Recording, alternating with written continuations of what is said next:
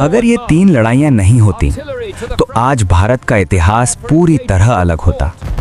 दिल्ली पर किसका राज होता, ये भी शायद बदल जाता। पानीपत, एक ऐसा मैदान जहां सिर्फ युद्ध नहीं हुए बल्कि पूरे देश की किस्मत लिखी गई। हरियाणा के एक छोटा सा शहर पानीपत, लेकिन इतिहास में इसका नाम सोने के अक्षरों में लिखा गया है। क्यों? क्योंकि यहाँ 3 बड़े युद्ध हुए और हर युद्ध के बाद भारत का पावर बदल गया।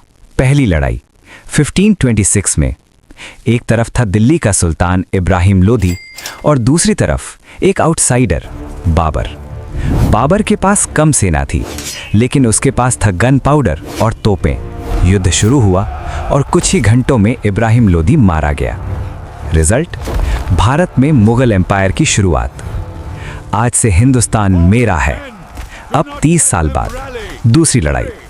इस बार मुकाबला था अकबर और हेमू के बीच। हेमू जीत के बहुत करीब था, लेकिन अचानक उसकी आंख में तीर लगा और सब बदल गया। उसकी सेना हार गई और अकबर बन गया हिंदुस्तान का सबसे बड़ा बादशाह। अब सबसे खतरनाक लड़ाई, तीसरी पानीपत की लड़ाई। एक तरफ थे अहमद शाह अब्दाली और दूसरी तरफ मराठा एम्पायर। ये युद्ध इतना खतरनाक था कि लाखों लोग मारे गए। मराठा बहुत स्ट्रांग थे, लेकिन गलत प्लानिंग और भूख प्यास ने उन्हें हरा दिया। अब सब